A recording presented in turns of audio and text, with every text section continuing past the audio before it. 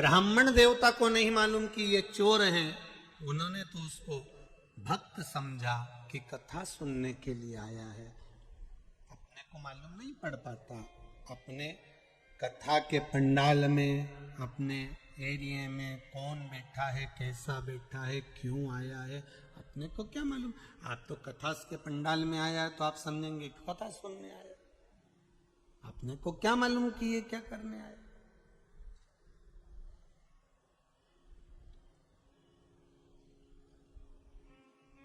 हमें अंदाजा नहीं है कि वो क्या करने के लिए, हमें तो अंदाजा इस बात का है कि वो कथा सुनने के लिए आए, कथा श्रवण कर रहा है।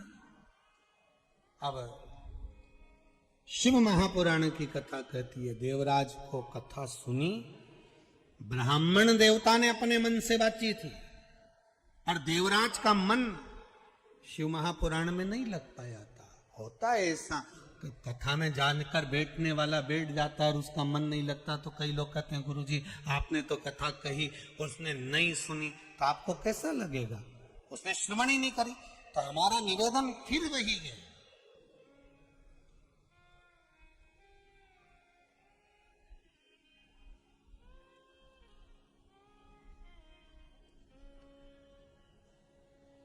पत्थर को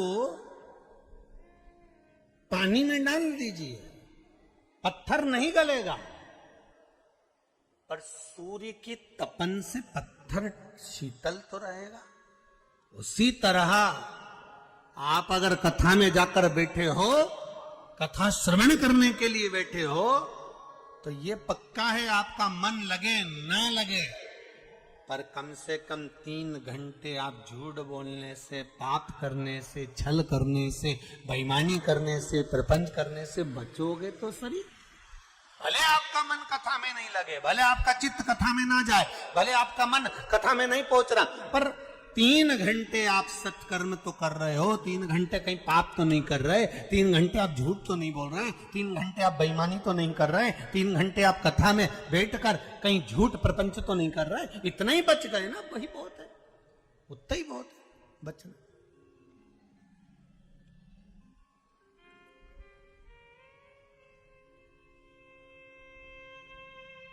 तीन घंटे ये चित्त कथा में पहुंचे। शिव महापुराण की कथा कहती है, देवराज का मन कथा में नहीं लगा था, देवराज का चित्त कथा में नहीं लगा। और देवराज का जब मन कथा में नहीं लगा, देवराज का चित्त जब कथा में नहीं लगा, तो देवराज ने ये बात अपनी चित्तवृत्ति में उतार ली और गया। और मंदिर से बाहर निकलने के बाद एक बेलपत्री के पेड़ के नीचे उसका जब प्राण छूटे, एक बेलपत्री के वृक्ष के नीचे जब उसके प्राण निकले, तब भगवान शिव नंदी लेकर खड़े हुए थे। तो देवराज के मन में यह बात आ गई कि मैंने कथा सुनी नहीं,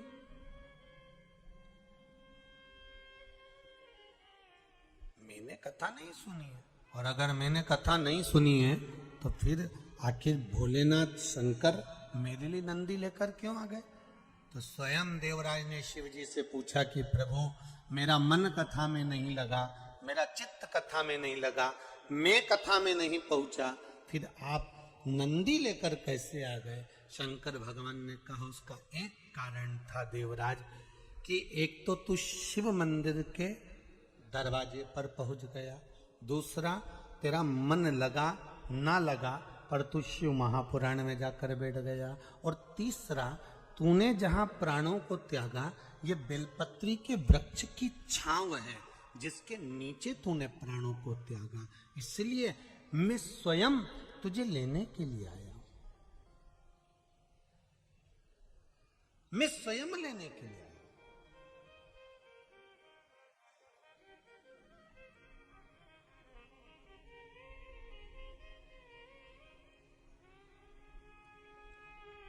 एक दान छोटा सा होता है और एक दान बड़ा सा होता है। बहुत अच्छी भाषा में समझिएगा इसको। आपने किसी को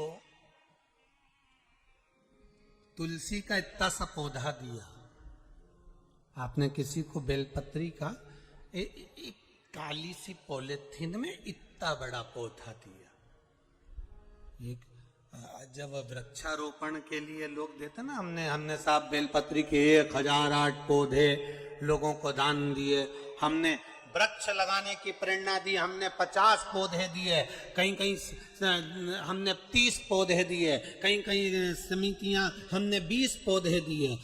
उनसे निवेदन है, तुमने इतना इतना सा पौधा दिया, उसको पनपने में, उसको लगाने में, उसको संभालने में व्यक्ति की जिंदगी निकल जाएगी। अगर वही पौधा तुम बड़ा लेकर आते और अच्छा बड़ा सा पौधा जब तुम लाकर देते और वो लगाता तो उसको पनपने में भी जल्दी वो पनप जाता और उसका सुख भी लोगों को ज्यादा मिल जाता। अब इतना सा पौधा लेकर आए, पूछा पहले रेट कितने का है, तो कि ये 15 रुपए का, ये 20 रुपए का, और वो बड़ा वो 150 रुपए का, वो 200 रुपए का। तो तुमने सोचा पौधा ही तो देना है, इतना सा ले जाओ। जितने लोग आप लोग कथा में बैठे और जितने आस्था पर सुन रहे हो और जितने फेसबुक यूट्यूब पर सुन रहे हो, ईमानदारी से बोलना, आपको भी किसी किसी ने पौधे दिए होंगे। जो इतने इतने से पौधे दिए होंगे वो कितने दिन तक चले होंगे, तुम बोलो ईमानदारी से। टिके वो? ज्यादा नहीं टिके। 10-20 लगाए होंगे तो उसमें से 1-2 पनपे होंगे, टिकते ही नहीं।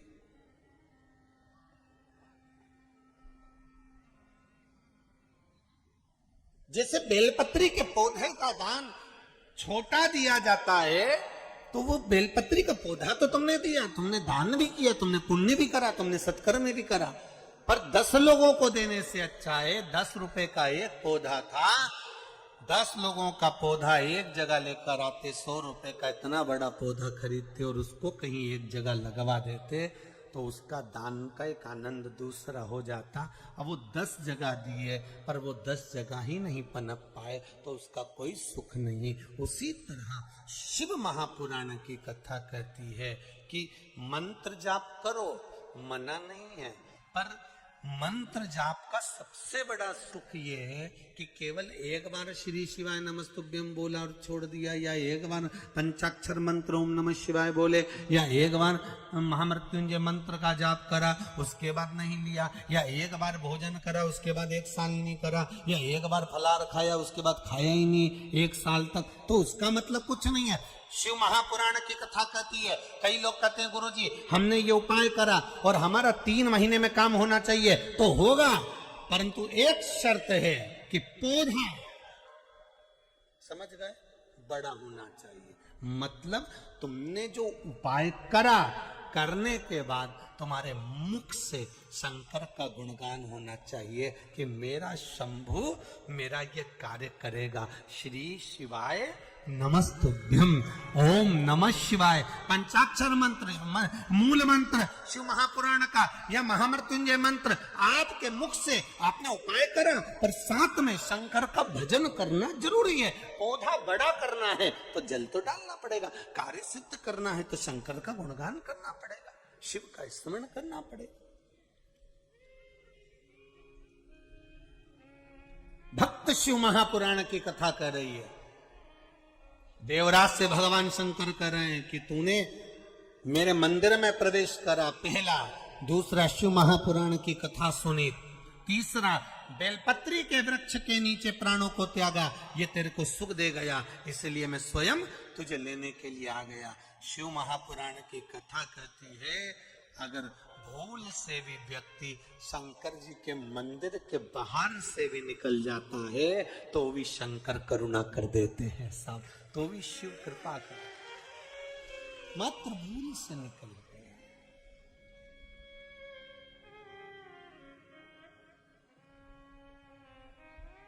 इतना तो कहना स्वामी जब प्राण तन से निकले, गोविंद नाम लेकर फिर प्राण तन से निकले। महाराज प्रभु सम्मुख खड़ा, हमारा विश्वास दृढ़ हो, हमारा भरोसा दृढ़। देवराज के प्राण छूटे, शंकर सामने खड़े थे।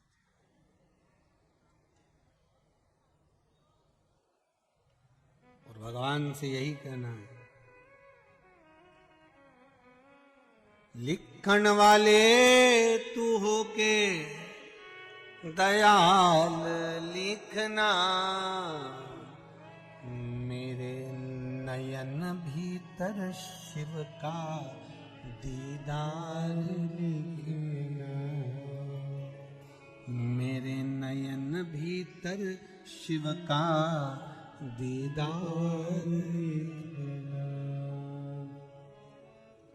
जिब्या पे लिखना नाम शंकर का, जिब्या पे लिखना नाम शंकर का, कानों में शिव महा पुराण लिखना, हो कानों में शिव पुराण लिखना, मेरे हृदय अंदर शिव जी का प्यार लिखना, मेरे हृदय अंदर शंकर का प्यार लिखना। भगवान, अंतिम समय में अगर मेरे प्राण भी छूटे तो तेरा दर्शन हो।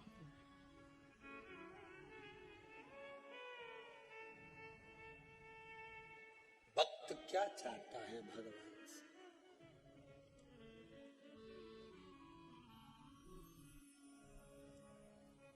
किसी ने पूछा, गुरुजी इतनी पुराण 18 पुराण की रचना वेद व्यास जी महाराज ने करी और 18 उप पुराण, 18 पुराण है और 18 उप पुराण।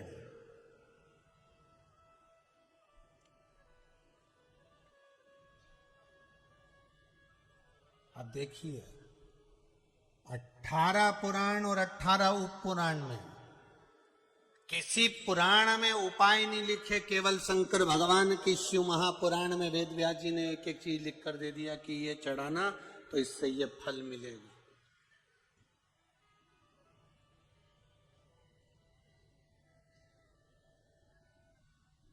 पर मन को शिव में लगाओगे तो मिलेगा।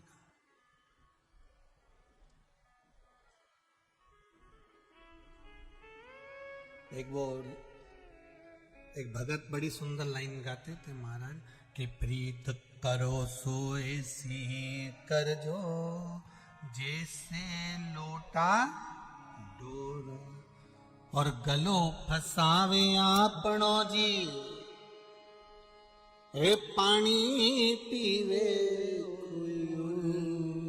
काना प्रीत निभाजो जी मने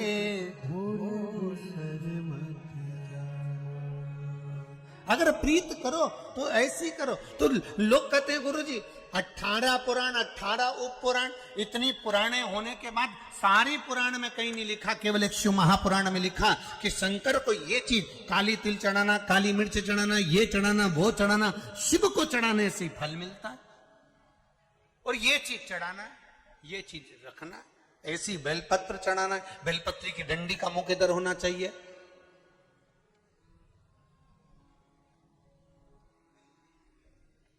भगवान शिव को चावल चढ़ाना है आखा, नंदी को हरी मूंग चढ़ाना है, बेलपत्र चढ़ाना है, ये सब शिव महापुराण में वर्णन कर दिया। ये चढ़ाना, वो चढ़ाना, शिव को हल्दी, शिव को लेपन, शिव को चंदन, शिव को कैसर, ये सब शिव महापुराण में करा, बाकी की पुराणों में नहीं। तो वेद व्यास जी से अगर किसी ने पूछा हो या वर्णन करा हो तो हम तो एक ही बात कहेंगे, महाराज ब्रह्मा ब्रह्मलोक के देवता हैं, भगवान विष्णु वैकुंठ के देवता हैं, पर मृत्यु लोक के अगर कोई देव हैं तो वो महादेव है। मृत्यु लोक का देव महादेव है।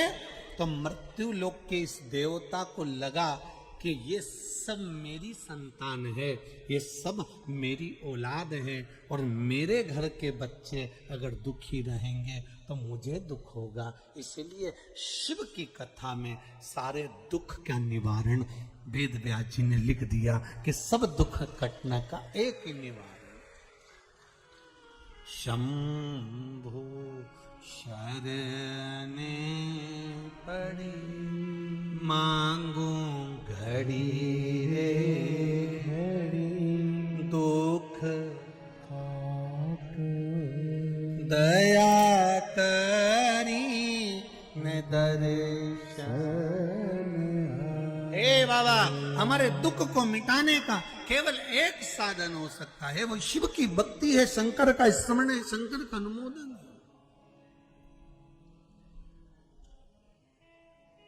कैसे मिलेगा शिव? हम घर से भाग जाएं शंकर को पाने के लिए, हम कहीं चले जाएं शिव को पाने के लिए? नहीं नहीं भाई। एक राजा एक घोड़े पर बैठकर गया और लोहे का काम हो रहा था। घोड़े को प्यास लग रही थी, घोड़ा आगे बढ़ नहीं रहा था। राजा को लगा कि घोड़ा प्यासा है। राजा ने घोड़े को पानी पिलाने के लिए एक बाल्टी में पानी भरवाया है। एक भाई को बुलाया, इसमें पानी भरो। घोड़ा पानी पीने के लिए मुंह डाला बाल्टी में। जैसे उसने बाल्टी में मुंह डाला, इतने में लोहा पीटने वाले लोहा पीटना चालू करे। फट फट जैसे खट खट देना चालू करा। इसका घोड़ा पानी पिए और बिच के, घोड़ा पानी पिए और बिच के। इधर से फट की आवाज आए और घोड़ा बिच के, फिर खटर की आवाज आए, फिर बिच के, फिर खटर की आवाज आए, फिर बिच के।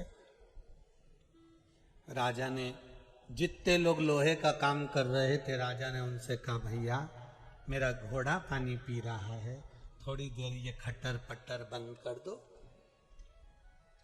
एक दो दुकान वाले ने बंद कर दी, घोड़ा फिर पानी पीना चालू करा। इधर वाले ने चालू कर दी खटर पटर, फिर घोड़ा बिच के।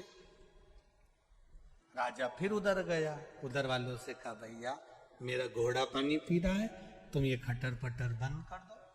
घोड़े ने पानी पीना चालू करा, उधर वालों ने बंद करी, इधर वालों ने फिर चालू कर दी। राजा बड़ा दुखी हो गया। इतने में एक संत निकल कर जा रहे थे। संत ने कहा, महाराज क्या हुआ? घोड़ा पानी नहीं पी पा रहा है, ये खटर पटर के कारण। संत ने कहा, महाराज ये खटर पटर जिंदगी में कभी खत्म नहीं होने वाली। घोड़े से कह दो पानी पीना हो तो पी ले। अपने मन को इसी खटर पीटर में पानी पीने की आदत डाल लेना चाहिए।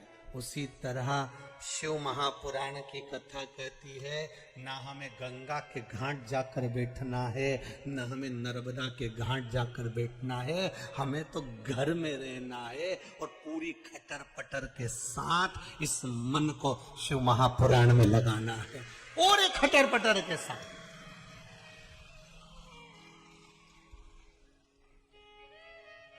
पोता इधर से खींचेगा, दादी दादी इधर से नाती खींचेगा, इधर से पंती खींचेगा।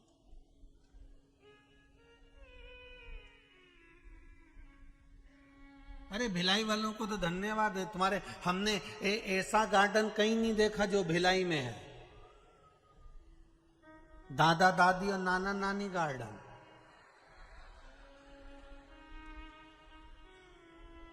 पूरी दुनिया में घूमी आए पर गार्डन का नाम कहां से ला?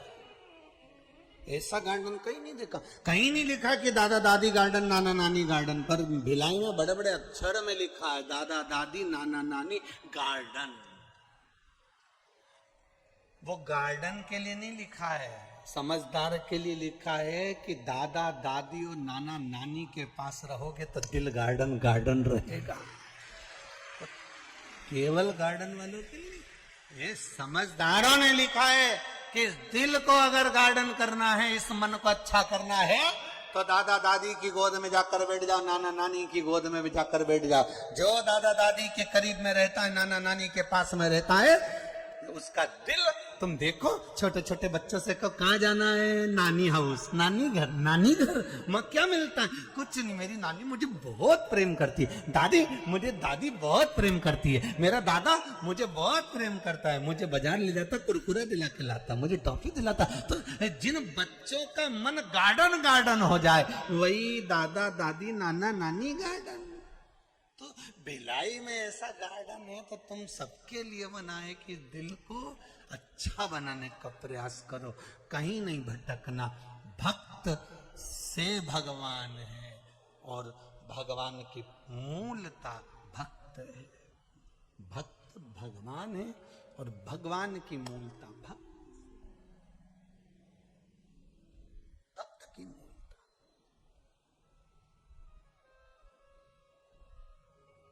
चंचुला देवी शिव जी से कही, कथा रस तत्व सुनना। ठीक है, श्रवण किया, तुम काजी से जाकर निवेदन करा।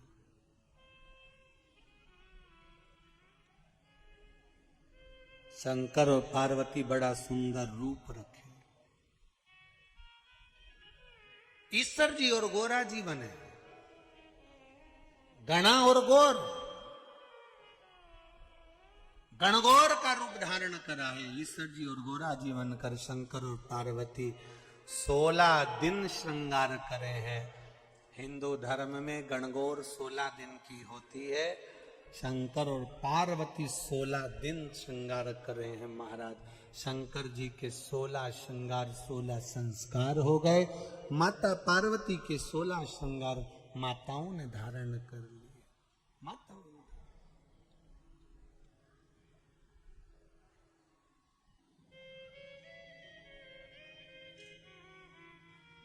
शिव जी ईश्वर जी, माता पार्वती जी गोरा जी मनी, शंकर और पार्वती आ रहे हैं। जोरदार ताली बजाकर स्वागत करें।